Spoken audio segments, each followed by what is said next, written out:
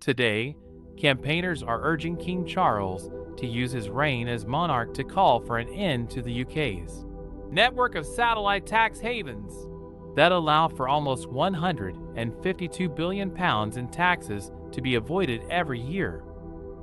This marks a pivotal moment to address the human and financial cost imposed on ordinary people from this tax avoidance.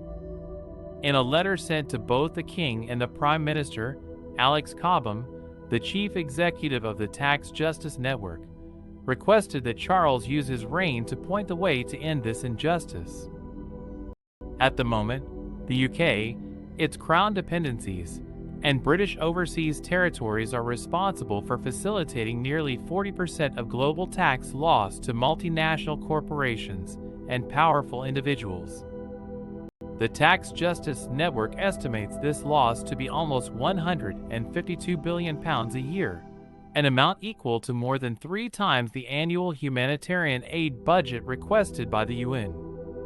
Curbing global tax abuse is one of the UN's Sustainable Development Goals for 2030, and it seems unlikely that the financial targets set forth in this will be achieved if the UK manages to avoid or delay its promise to create a public register of beneficial ownership.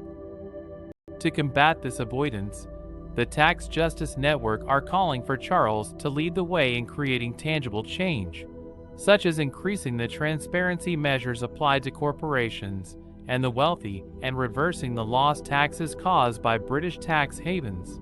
That would enable 6.4 million people in lower-income countries to gain access to basic drinking water and sanitation, and for 1.2 million children to have access to an extra year of schooling.